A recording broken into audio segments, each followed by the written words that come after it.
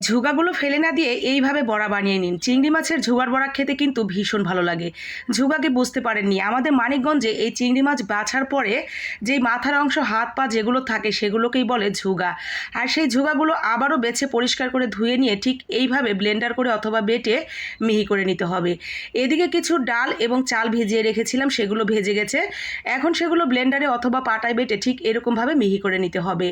এর সাথে আমি দিয়ে দিব কিছুটা কাঁচামরিচ, পেঁয়াজ এবং রসুন। তারপরে আবারও সেকেন্ড টাইম আমি মিহি করে নিয়েছি। এখন সমস্ত উপকরণের সাথে আরও কিছুটা পেঁয়াজ, আদা, রসুন, জিরা বাটা, স্বাদ মতো লবণ, হলুদের গুঁড়া, মরিচের গুঁড়া, ধনিয়ার গুঁড়া সব কিছু দিয়ে ভালো করে মেখে নিতে হবে। ভালো করে মাখানো হয়ে গেলে গোল গোল করে শেপ দিয়ে সুন্দর করে ভেজে নিতে হবে। এপাশ ওপাশ মচমচা করে ভেজে তুলে নিলেই রেডি হয়ে যাবে গরম গরম ভাতের সাথে খাওয়ার জন্য চিংড়ি মাছের ঝুগা বড়া। ভীষণ মজার এই চিংড়ি মাছের ঝুগা বড়াটা কে কে খেয়েছেন আর কার কার ভালো লাগে, ভীষণ মজা লাগে।